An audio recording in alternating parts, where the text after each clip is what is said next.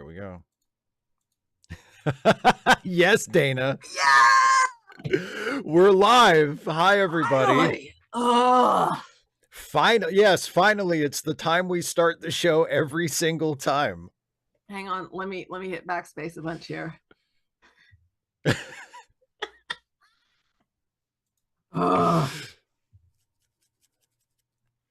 Steve? Yes, Dana. When you were a teenager, okay, did you ever try to touch another student's head with your toes? No, of course not. That's deranged behavior. And I am not, generally speaking, a deranged person, nor was I when I was a teenager. Even as a teenager? I never tried to touch another person's head with my toes. I never even thought about it. I never even contemplated a circumstance where I might want to do that. Oh, Zerulian says, does kicking count? I don't believe so, Zerulian. Kicking would count, but in this case, we're talking about a gentle poke with your sock-clad feet. Because it's all about how you characterize it. I mean, yes, I've thought about kicking people, but I wouldn't describe that as touching them on the head with my toes. I would just say kicking them in the face or the back of the head or something. But is there, and I suspect I know the answer to this. In fact, I know that I know the answer to this, but let's just play out the tension. Is there a reason why you have asked this question? I had a student make the attempt while seated. First, slide their feet out of their shoes, put their feet up on the desk, and then reach up with one foot, the toe extended. I kid you not. This student was like curling, so it's just this one toe. Said the student's name. Go to the office now. I will let them know to expect you. Zero tolerance. Just go. You explain to them what you think might have been the cause of that, and you better hope that it matches my description of what was happening just now. Yeah, little bastard. Not happy. The frustrating part is said student will be in the isolation room, the quiet study room, for one day. There are 2 days until spring break. I'm like, you couldn't have done two. You couldn't have done two. Just get them out of it. Just do me this favor, please. I'm seriously. I'm going to go and ask, look, can we have the student just go during my class period to the quiet study room? Because this student is not going to want to be in my class. And that will give me enough. I'm like, because the student was away for this, let's say, conversation for a good little bit, came back to get their stuff before going to the quiet room for the rest, at least of my class period, if not the rest of the day. And as the student was leaving the room, had the gall to turn around and ask why. I'm like, was it something I did? Just stop. Not that, but like, why did you have to go and write me up? I'm like, why do you think? I didn't say it that way, but it's like, I just like, stop. Just do not even ask. If you don't know, there are larger problems to be dealt with. Oh my gosh. Why would you think this is okay? Air One Fire says going to the principal's office is so weird in your schools. People in normal countries never do that. Well, we Americans are apparently a different breed. Going to the principal's office is almost a rite of passage for American students. Oh, I'm so confused.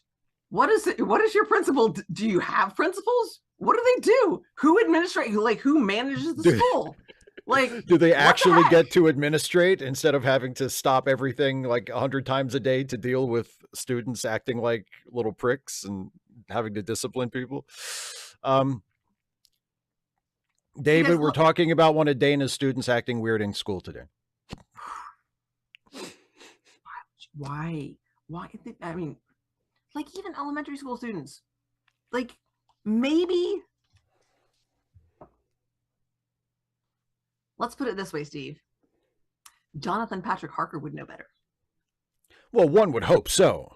By now, of course, Jonathan Patrick But even Carter's back, well in his 30s. But even back then, even back in the day, Zerulian says, yes, you do get cred for going to the principal's. So yes, going to the principal's office is like the public school equivalent of, like, you know, getting sent to prison.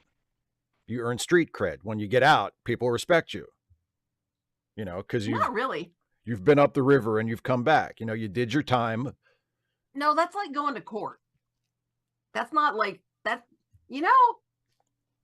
Okay, so maybe like getting suspended would be the equivalent. But you know what I'm saying? Like you've had a run-in with the law, and now people respect you, especially if you didn't snitch. Air, One, Fire. Yeah. What kind of punishment does the teacher administer? Yeah, and Air, One, Fire, like, so it oh, and then you went to the office a few times, but for serious fights. So basically it rarely escalates above the level of the teacher in the classroom. Like, the teacher in the classroom just almost always handles the discipline, and they never have to, or they rarely have to kick it up to a principal or a vice principal or whatever.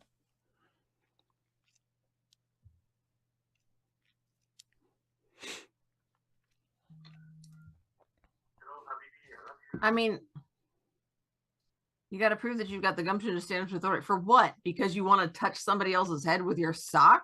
With your toe in the sock? You stand up for your beliefs. That's just in case. I better not say that, but ooh, boy. Let's just say that some beliefs suck.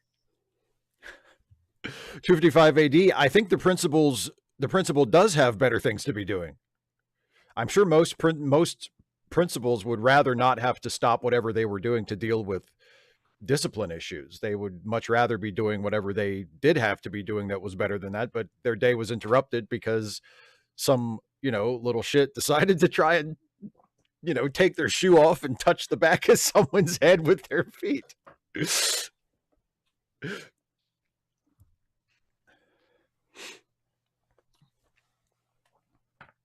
Everyone fire, what in the world? A note in the book? What? I cannot. Why do students care about the note in the book? Because I have to, I mean, these are just more civilized countries and more civilized people than we are. I don't care about a note in the book. We are a savage, unruly nation. And the community of nations around us views us with scorn and derision.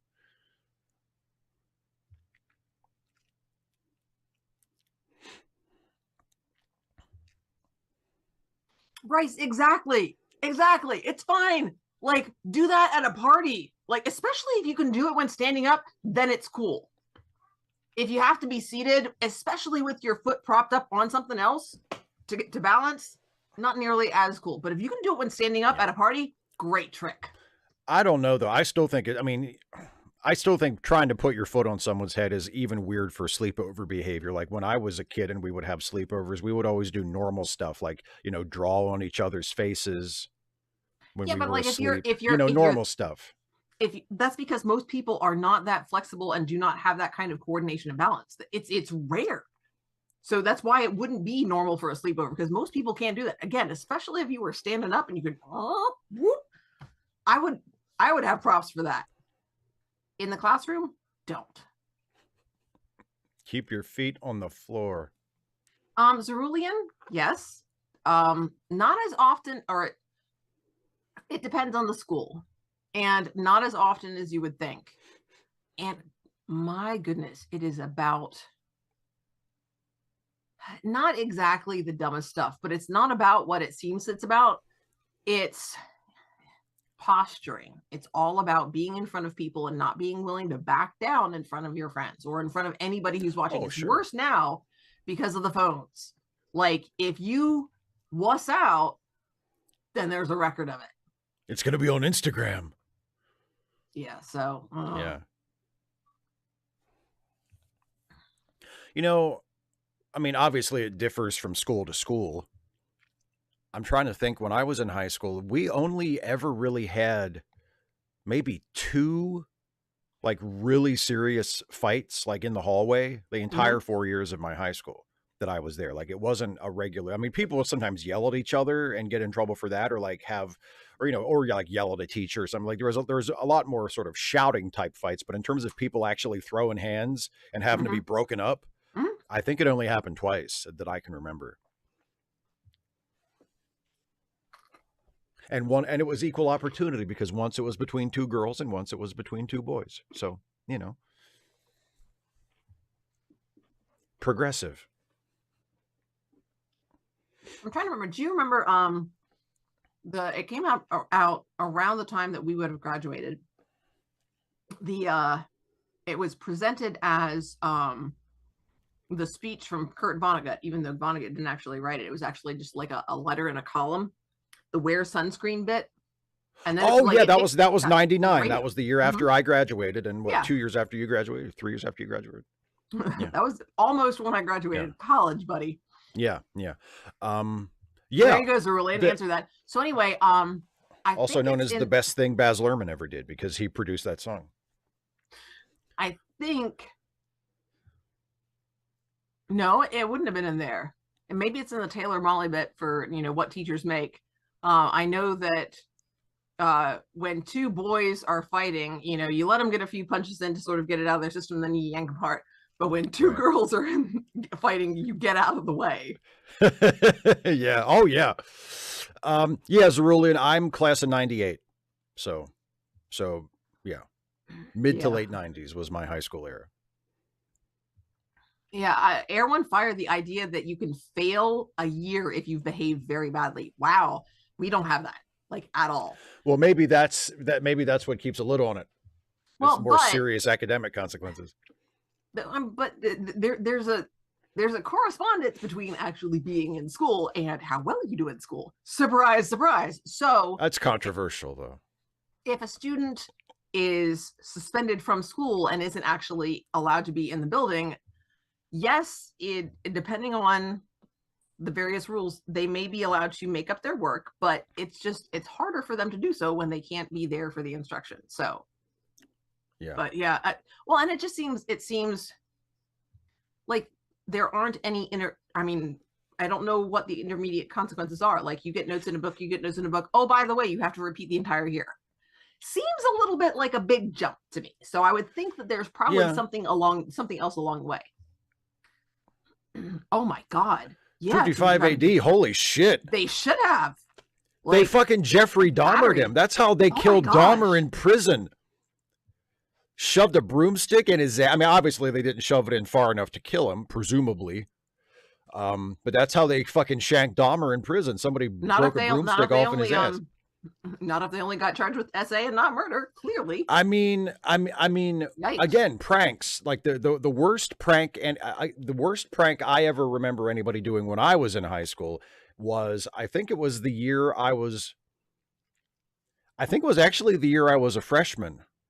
And I don't remember any really bad pranks after that, but the year I was a freshman, some of the seniors stole one of the doors off of the gym. So and it was like a door leading to the outside. So there was like a door there, like there was a doorway leading into the school that just had no door and no door on it for a few days until they could get the door replaced. We all thought that was pretty awesome. Andrew. Hey, Andrew. By the way, we are watching. Danny, you said you wanted to get started a little earlier than usual, so we'll get started here in a couple of minutes. Sounds good. Just to remind everybody, Deep Space Nine.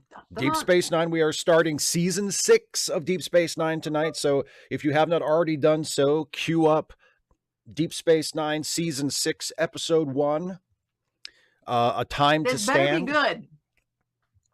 Well, I mean, I would like for you to think that they were all good.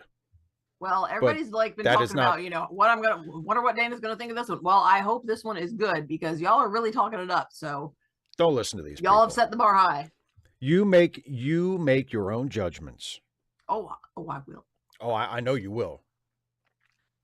But yeah. So everybody get ready to watch, and we'll chit chat for a couple more minutes, and then we will start the episode. All right.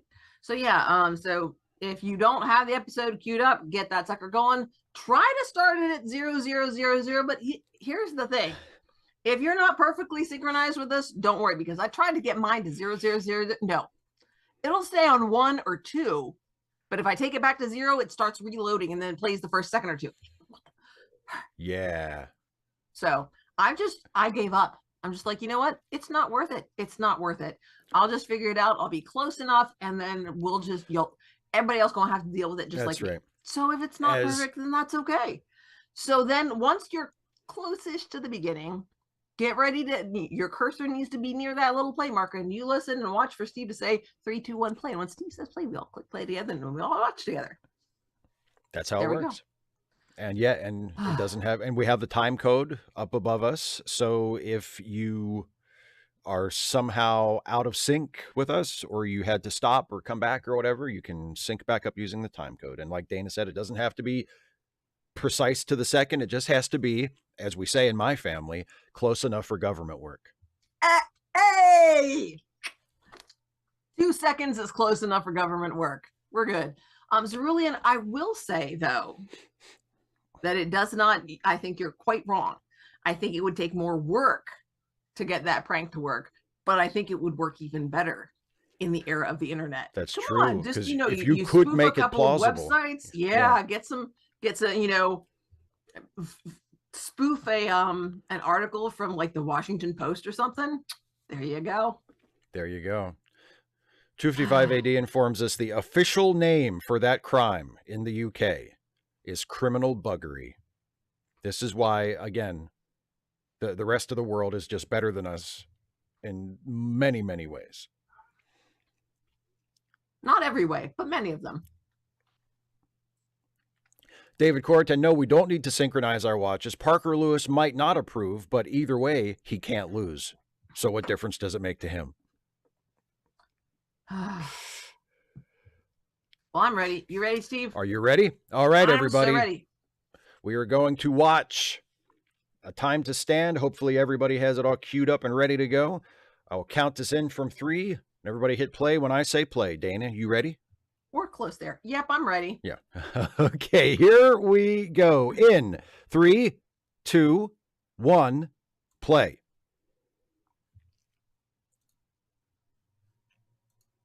So who is that dude? Brandon Tartikoff? Yeah.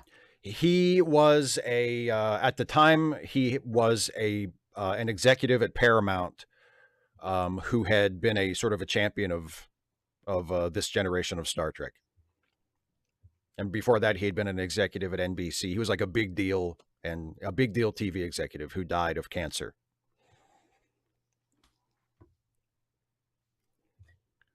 Somehow people care more when you die of cancer, or when you have cancer. And I say that as someone who's been through cancer. Like I my experience was very gentle. People were like, "Oh, you're such an inspiration." I'm like, "'Cause I'm coming to work." Okay, thanks.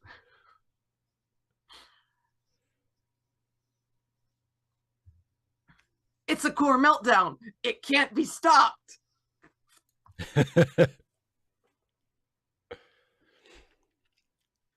Command to slow. Oh, they need to, I know what they need to do. They need to activate the Omega 13. Well, but it only winds things back 13 seconds, so they would.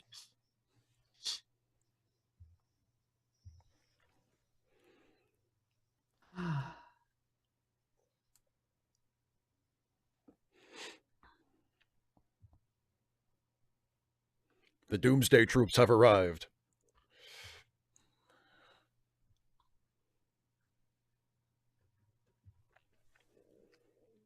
Congratulations, Alice. Good for you.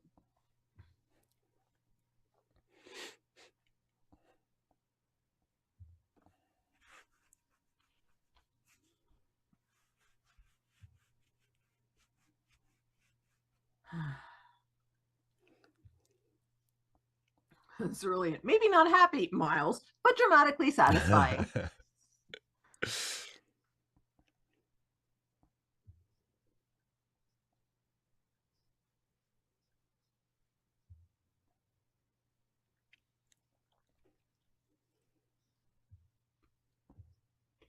Chief, shut up.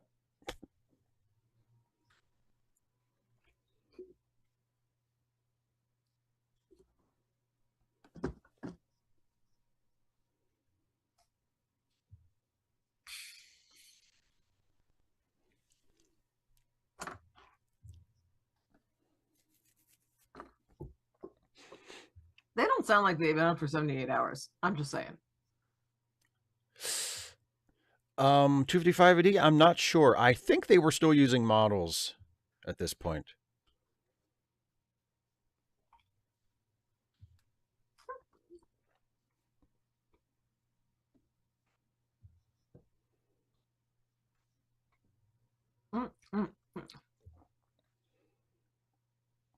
Not that either.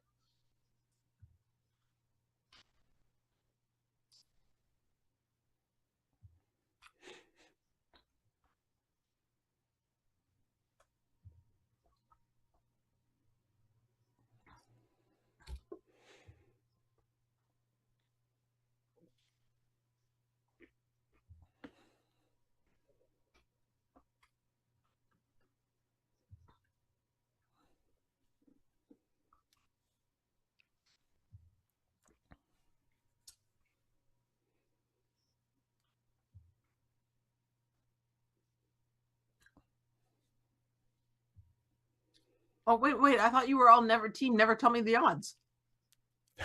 He's the Cardassian Han Solo. Until he backtracked.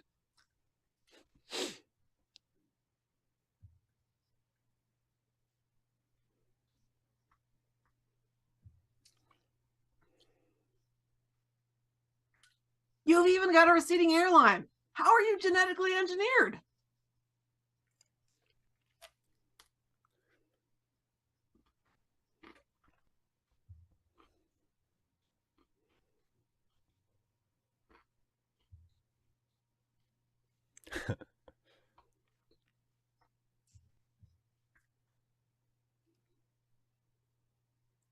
Wow.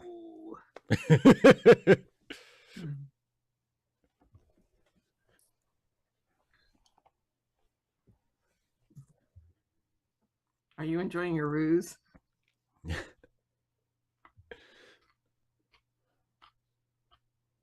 We're glad to see you just the same, Azalea.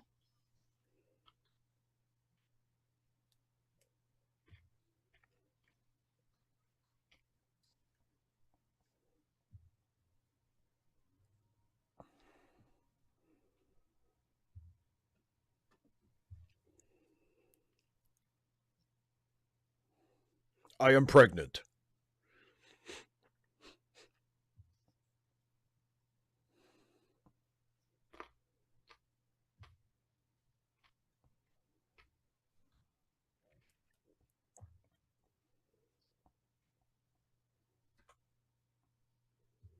Thanks for the super chat, Empire Jeff. Yes, you're right. As people can already tell, this is a very long teaser.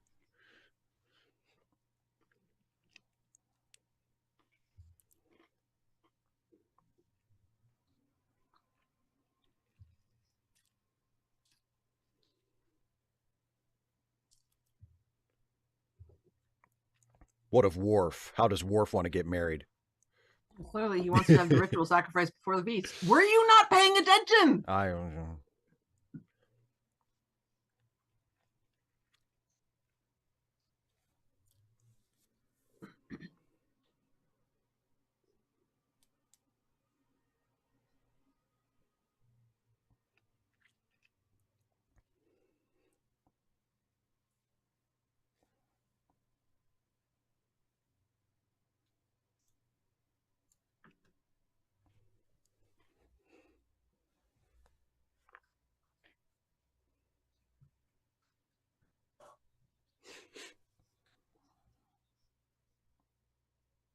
Oh, I wouldn't have realized that. I thought that just like having our ships get blown up was cool.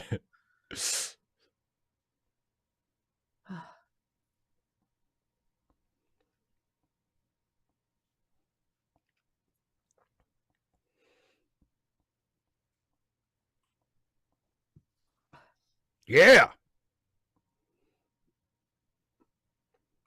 I would say violence is never the answer, but it appears to be working for the other guys.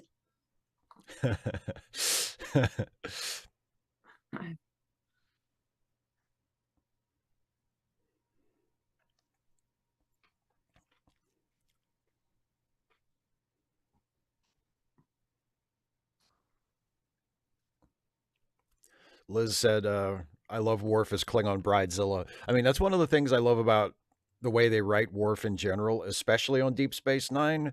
But they gave him a little bit of this on TNG as well, that like he's kind of fussy. Like he's Mr. Like, I am a proud warrior and I live for battle, but also he's kind of fussy. And I like that.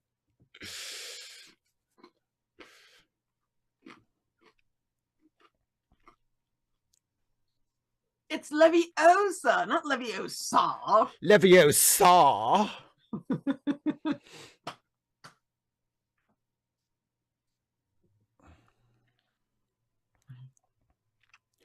25580, no, I won't get mad because I think it's a silly thing to point out, but I'm not going to get mad at you. And by the way, who's to say that every transparent surface is transparent aluminum? Maybe Starfleet saved by only using transparent aluminum for like the glass in windows, and everything else that looks like glass is just glass. Well, not only that, I mean, if they can, like, you're not supposed to mess with the, to hit it. So they could make it really thin. And, essentially they're saving money if they make it thinner. They don't use as much material. True. And so therefore, if you hit it hard enough, you can still crack it. Yeah. And also it's just more dramatic, which is the reason why they did it.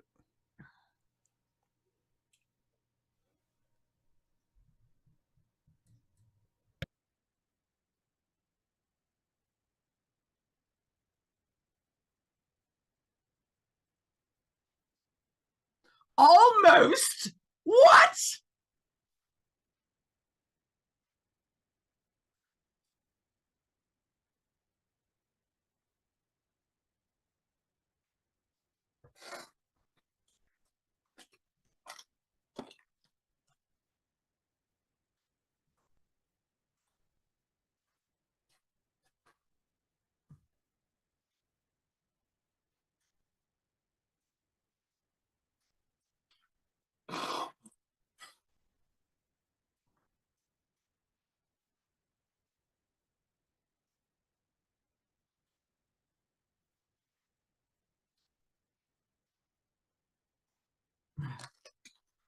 Also that.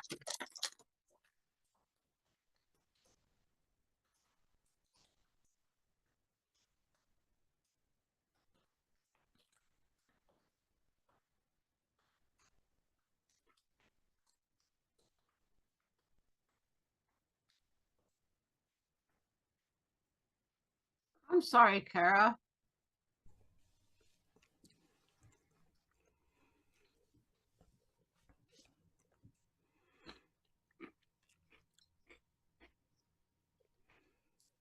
David, I feel like it felt to me like it wasn't so much as an afterthought as deliberately placed second and after a beat to emphasize that.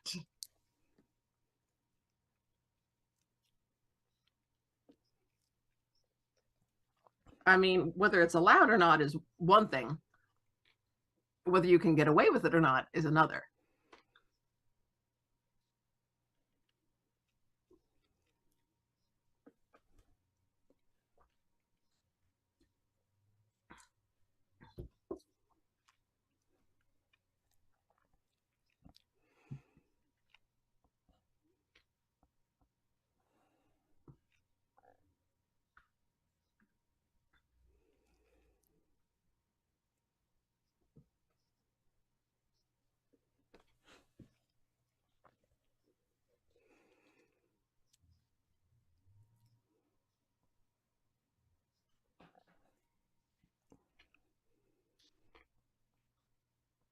Can you get him? Can you give me his autograph?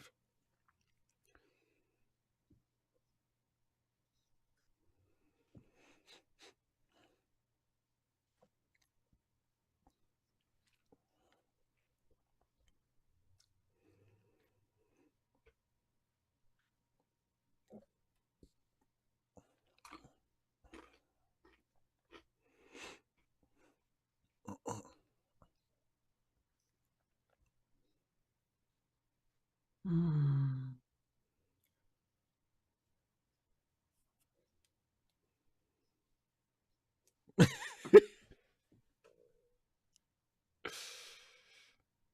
Oh, him have a little tantrum.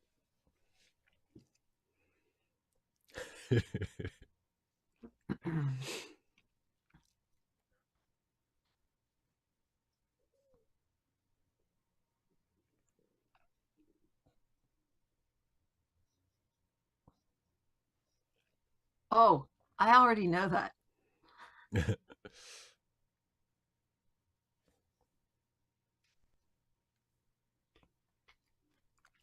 I am King Julian.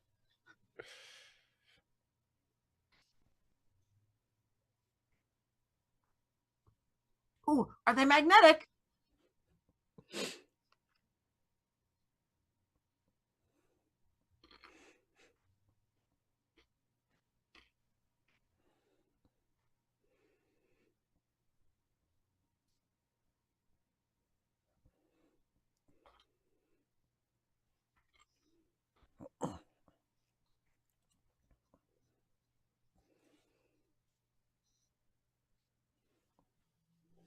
Did he say Ketracel wipes? Ketracel White. It's the drug that the Jem'Hadar have to take.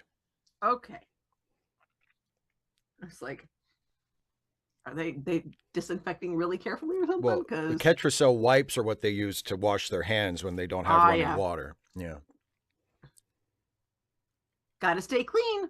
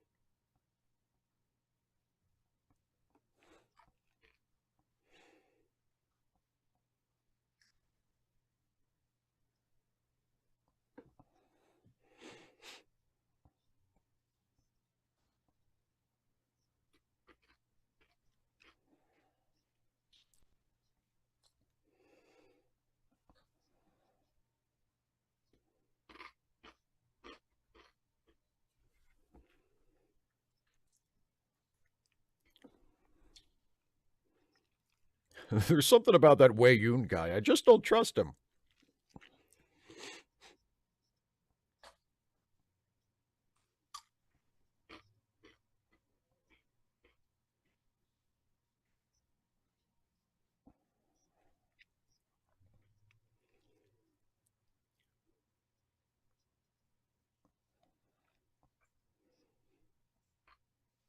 You hurt his feelings. Make sure you tell him I think he sucks. Is that a mark of how good he is, or how much you were actually paying attention that time?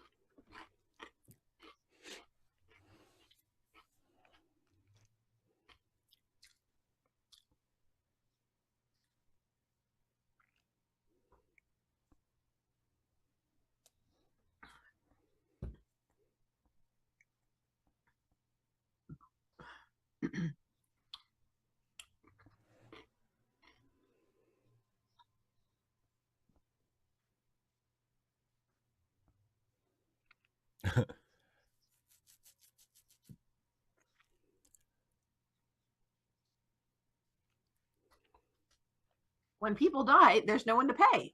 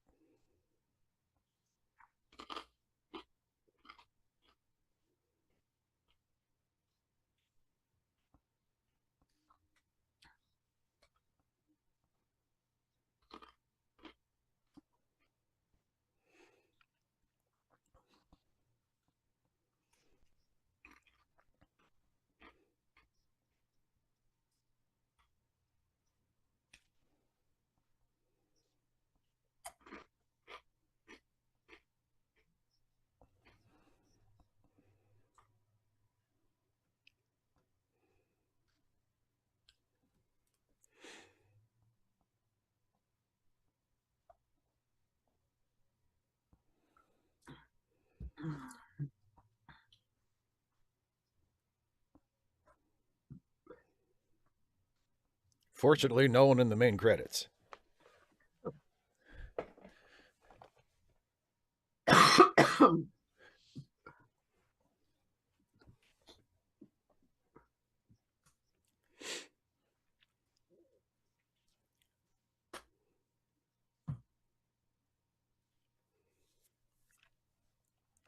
Dun, dun, dun. You're benching me?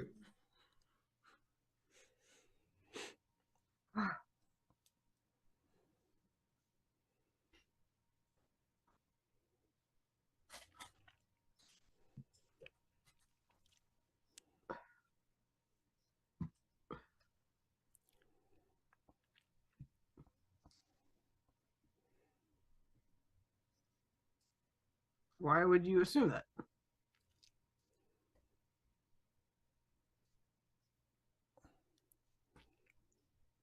Getting drunk, probably.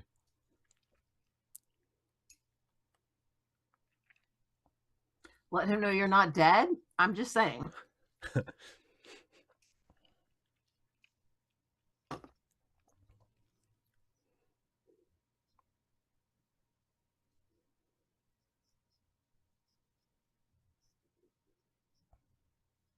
You just say it like that, just like you just said You could. it.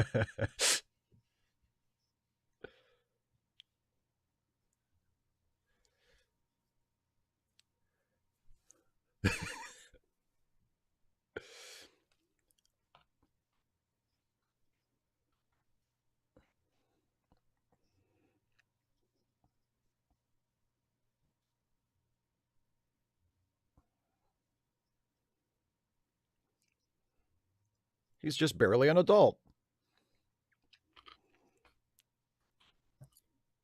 Well, tell him that. Maybe if you'd been there, you could have talked some sense into that brat. Alzerulian, we did lose the chat. Thanks for. I'll get it back.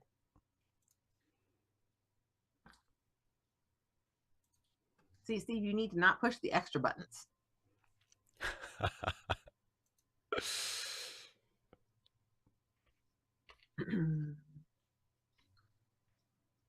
There we go.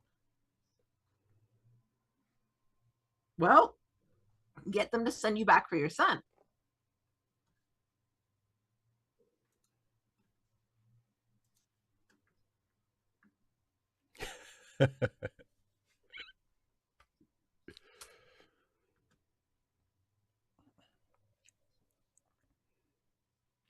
Double guitars. Yes, he did visit the station. Wasn't he earlier saying it's not as bad as it sounds? Now you're saying no, it's actually worse.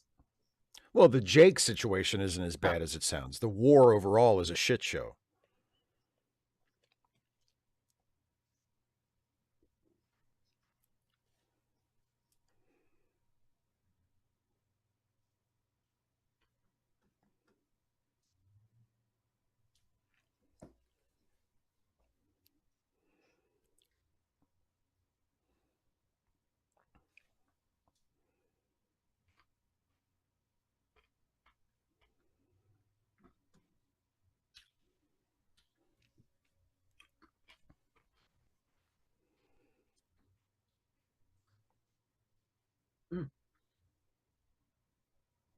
Aww.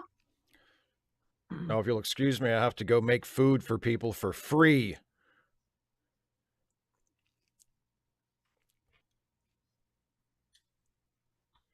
Okay, just waiting.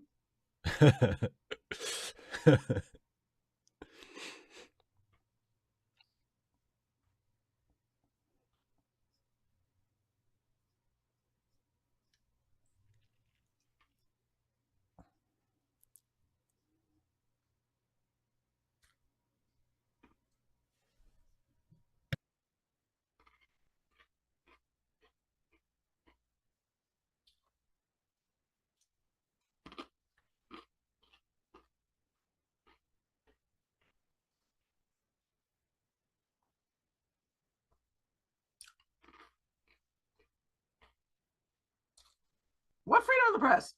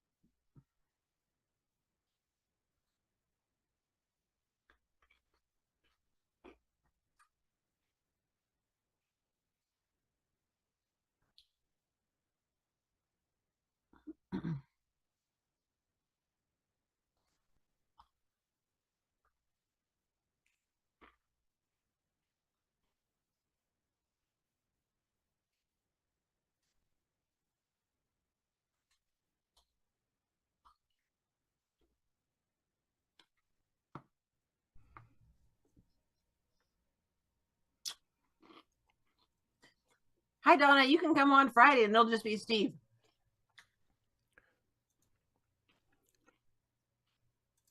Bye, Donna.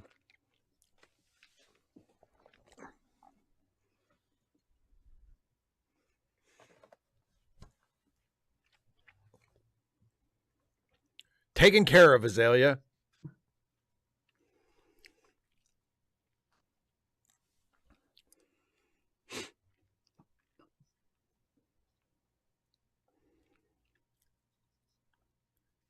Dun, dun, dun.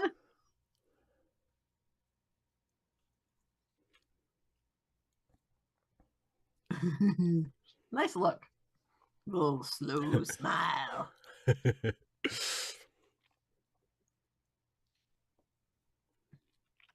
Liz, I am very curious to see how Jake responds. I'm curious to see how they're gonna do it.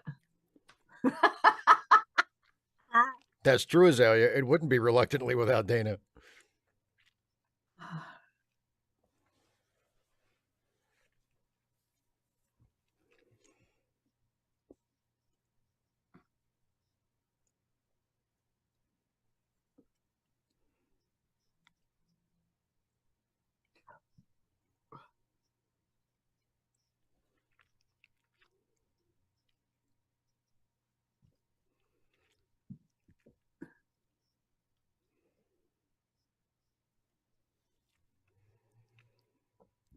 Cerulean, what is he going to go right for NPR? You got it. You got it. You got it.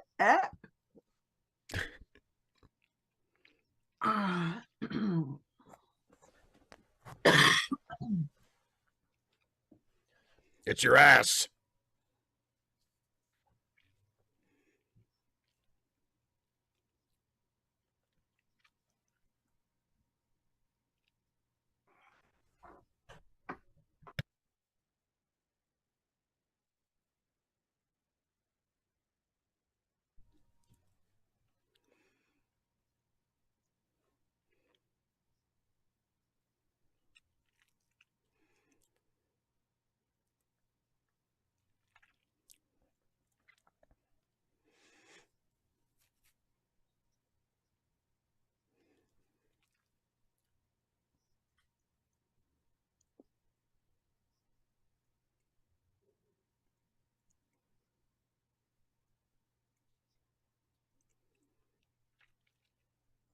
I mean, is there any reason why they can't install some fucking chairs?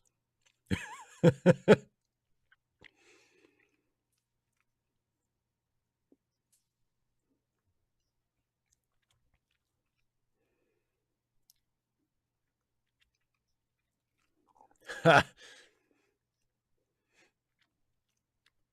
right, let me just put on my wireless headphones.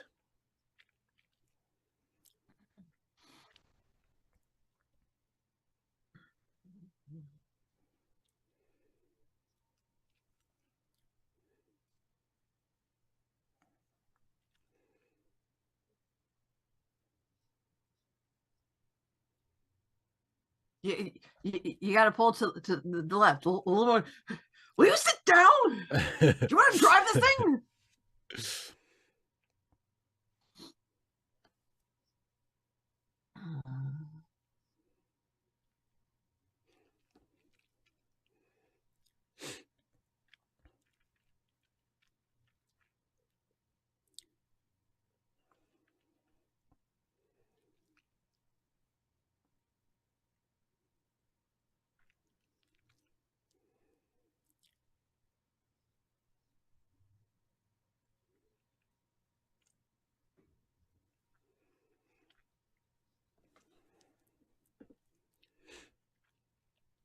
When are we going to hang?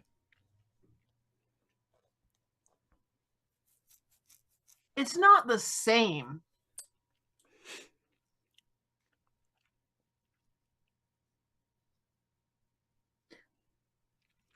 I am the boss of you.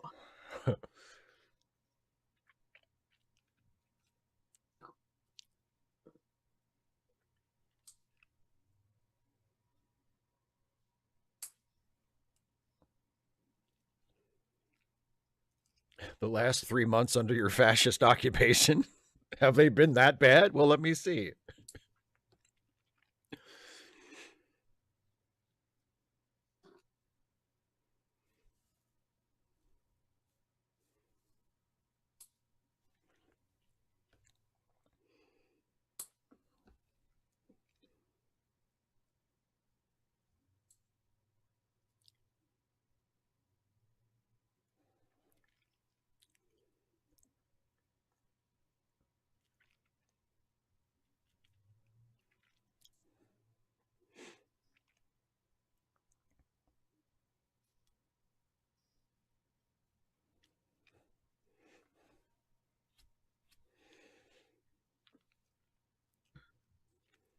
Here is some expository dialogue.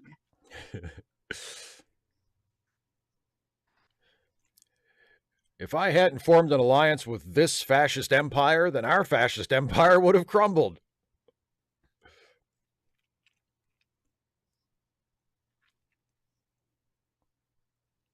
Airwind fire kitty.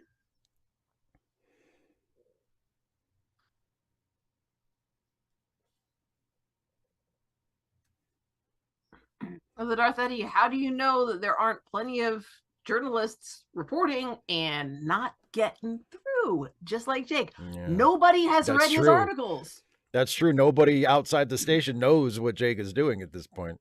Yep. Toot toot.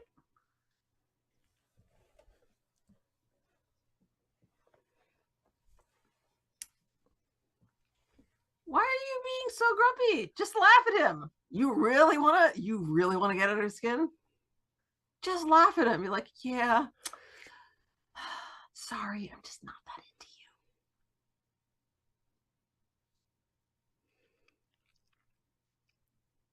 I like people who are more interesting. No offense.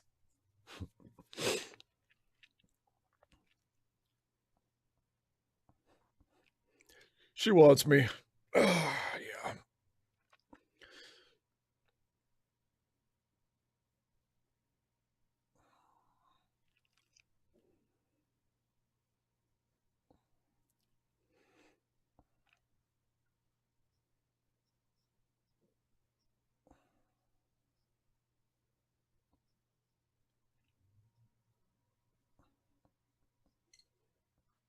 Can we stop you?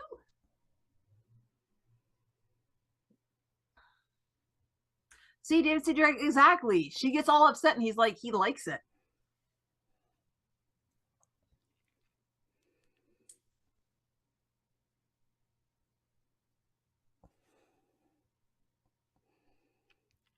Garrick's like, yeah, man, let me fly the ship. Trust in me, just in me. Close your eyes and trust in me. Philip. Kif, I have mated with a woman. Inform the men. Ash, we are watching A Time to Stand, episode 1 of season 6 of Deep Space Nine. Ash, it's a Star Trek show. It's a Star Trek. We're watching a Star Trek. We're up here in this. This is the time that we're at in the show.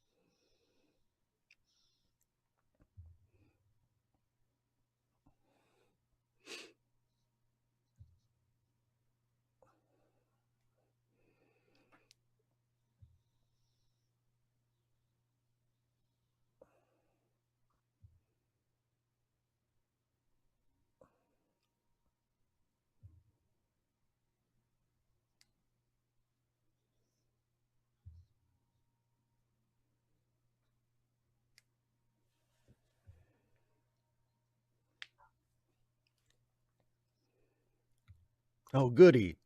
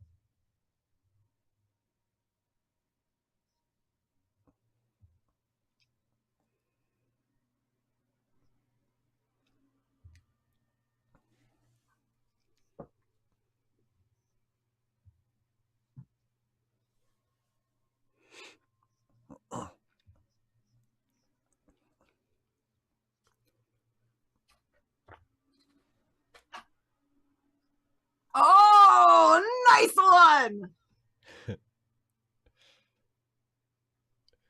We pledge allegiance to the flag.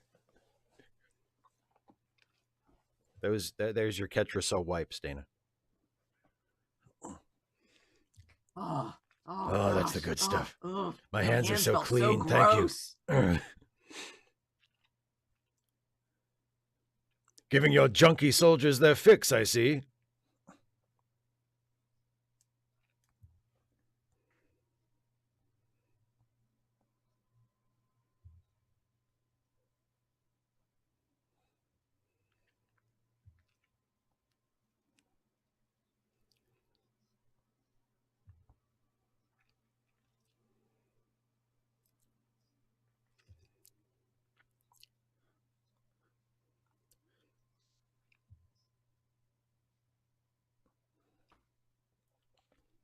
Teddy, you ain't seen nothing yet.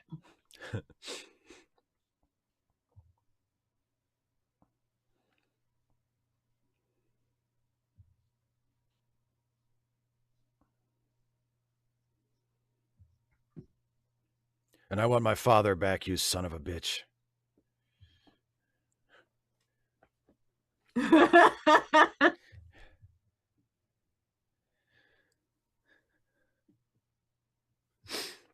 I'm talking to Odo. Buzz off, loser.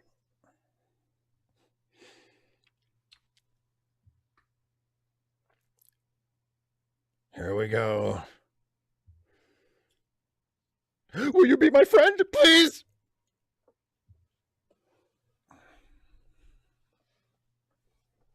Cerulean, honestly, I don't think about him that much.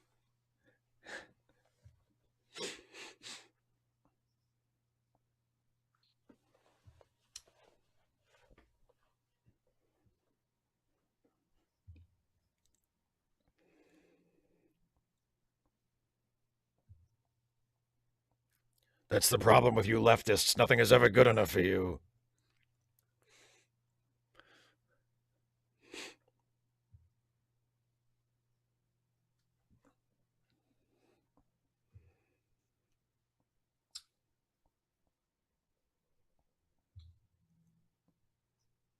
Rock on, brother.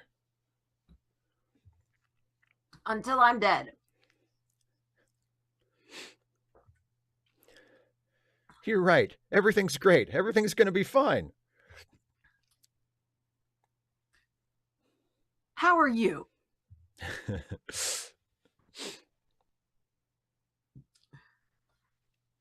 Danger is my middle name.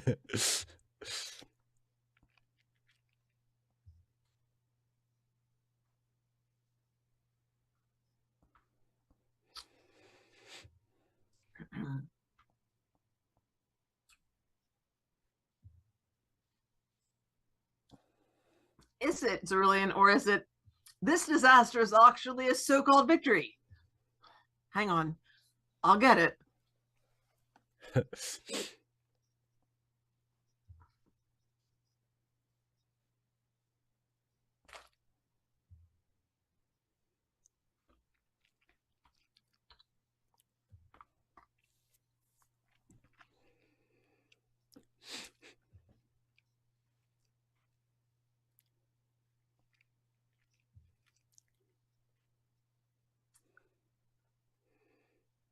We are so in.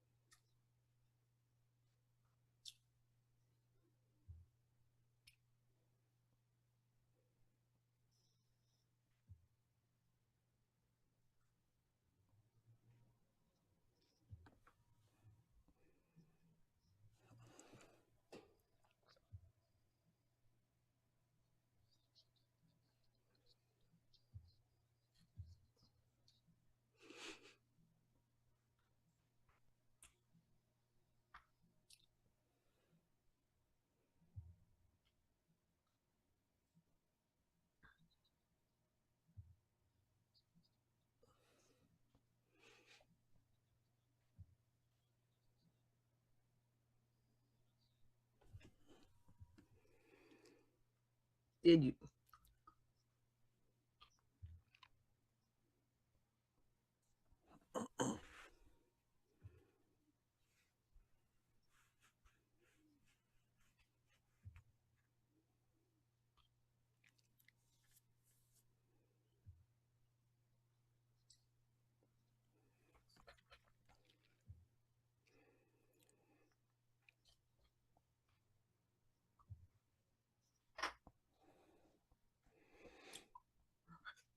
That's the tricky part. If we can pull off the tricky part, it won't be very tricky. Yeah. Oh boy.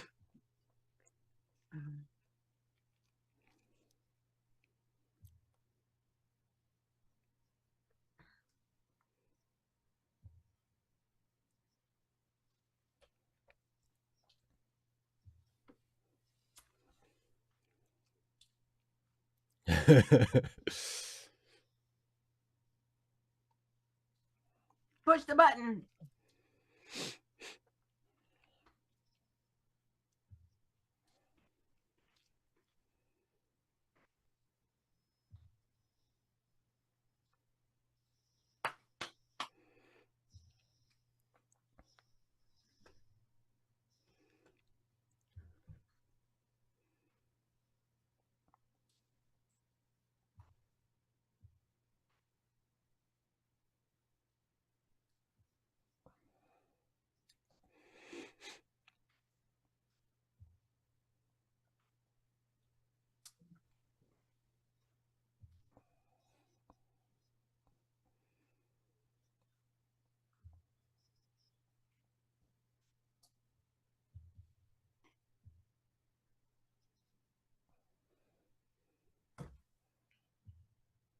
Well, that's not great.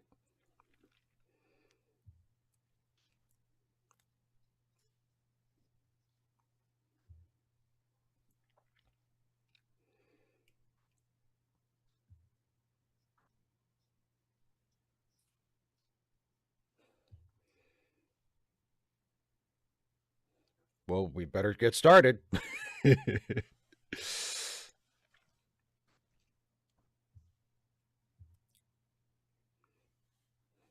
The end. Well, not the end, but The end of that one. the end of this one. So, what are your first impressions of season 6?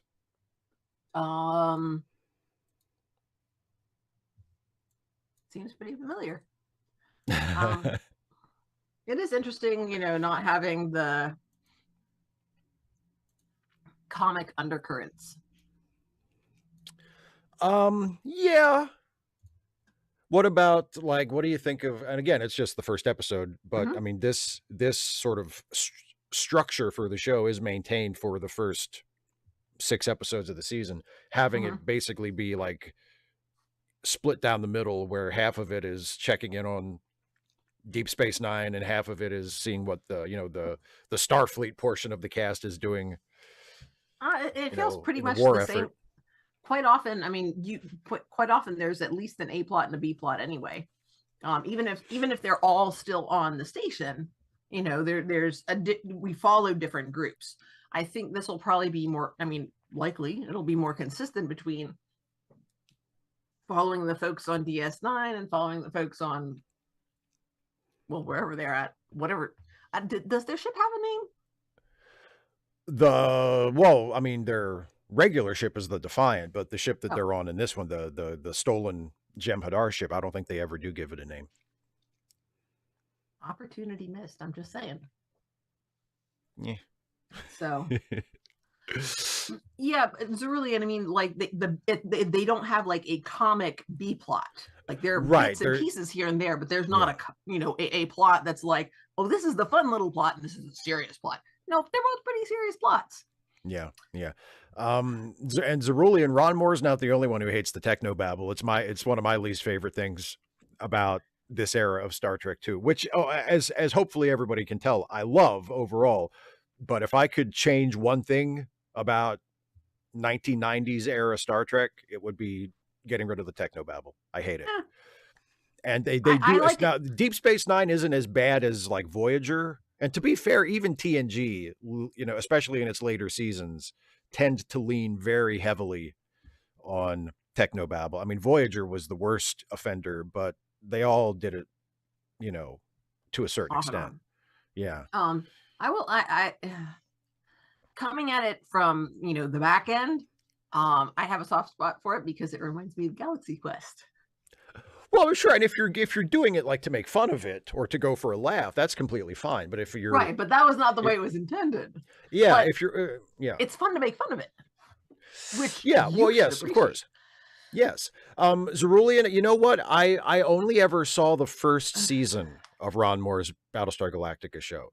I really, really liked it, but I never got. I mean, I'm sure I'll go back and watch it at some point. I just haven't had the chance. But I got the first season on DVD as like a birthday present back when it was still on, and I watched that, and I thought, oh, this is really good, and then I just never got back into it. So I'm sure at some point I'll finish it. Maybe after we finish Deep Space Nine, that can be your thing to bop next. Maybe. I don't know how much there is, but of course, well, yeah, there are all kinds of possibilities. So yeah. So are you feeling up to Wordmaster, or would you rather call it a night? Let's go for it. I think I got it. We're pretty early. You're gonna go for it? Yeah. All right. I think so. So yeah, I get to explain it this time because I said so. Go for it. So we are playing a knockoff of Wordle because screw you, New York Times. And so yeah, but this is a little bit different because y'all can see, I guess, is it up there, Steve? No, it'll be it's on the entire screen. When I click over to it, it'll be. Bye, everybody. You're not going to be able to see us for a little bit. It's going to wonk on the whole screen, but I will not be able to see it. Steve's looking at it on his computer. Y'all are looking on the screen, and then I just kind of get to like put it in my brain. So, and then I go by sort of what I remember of which letters go where and what letters we have left over and which ones we can't use, and then y'all put in the chat you have, you know, going on your guesses and suggestions, and I can see those. So yeah, let's pull that sucker up and start with my typical first one, which is heart. H-E-A-R-T. Heart. H-E-A-R-T. Let's see what we got. Oh my God, I think this is a first. Heart gives us absolutely nothing. Well, let's go. Fortunately, I got a backup, which is lions. L-I-O-N-S. I wonder if that's actually the word. Lions gives us absolutely nothing. What? Wow. Okay. This is a challenge. Interesting. No, obviously it can't be 1, 2, 3, 4, 5 apple. It can't be apple because there's no A, L, or E. And yes, and also that's too many letters, but yeah. No, it's not. Yeah, it could have been apple, but yeah. I'm thinking mumps. Mumps? That gives us the last vowel. We haven't tried M, we haven't tried P. All right. M-U-M-P-S, mumps. Okay, now we're going somewhere. All right. Okay. M-U-M. So, and the U and the second M are both in the right place. So the first M is not the first letter. So M is not the first letter, but there is another M in there somewhere. Oh, I'm going for dummy. Dummy? That's a good guess. Yeah. Thank you. No, H.G. Hackett, the first M was not in the right spot, so it can't be mummy. Okay, it's not dummy. Oh, nice. But the only thing wrong is the D. That first letter. Okay, so it can't be tummy. It can't be tummy. It can't be rummy. Could be gummy. Yeah, I think it almost has to be, doesn't it? Because what else is there? I don't think lummy or nummy are actual words. No, I think gummy it's got to be. You want to try that? Yep, let's go for it. It could be it could be yummy, but there's no way to get around it. There's no way to get around it.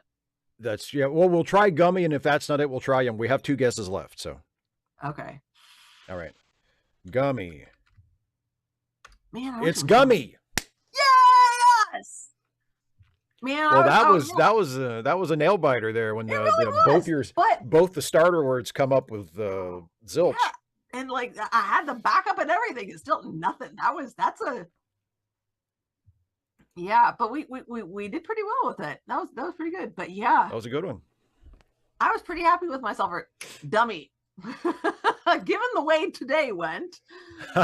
You just thought of that kid who was trying to put their toes on someone's head, and you were like, dummy, it's got to be dummy. And it wasn't, but it was close.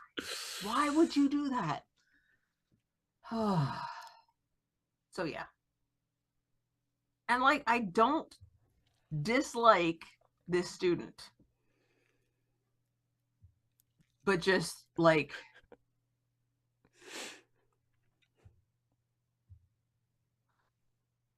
Yeah, no, I understand. Just don't do that. Cerulean gives a whole new meaning to toe-headed. Yeah, well, maybe that's what they were going for. Maybe they're a big fan of that hip phrase that all the kids are saying. Indeed, quite. All right, so folks, just as I mentioned earlier, don't forget that this week we've got Ask Away on Friday. So if you are a channel member or a Patreon patron, you can send in a question. You have up to 1,000 characters. Yes, you do. Make Steve say whatever you want. He'll read your question live on the air on Friday, 6 p.m.-ish. Probably not 6 p.m. anymore, because I'm sure we're already on Wednesday. He's got a bunch of questions, so squeeze in on 6:15. You're a little bit late. You probably won't. Starting at 6 p.m. Starting at 6 p.m.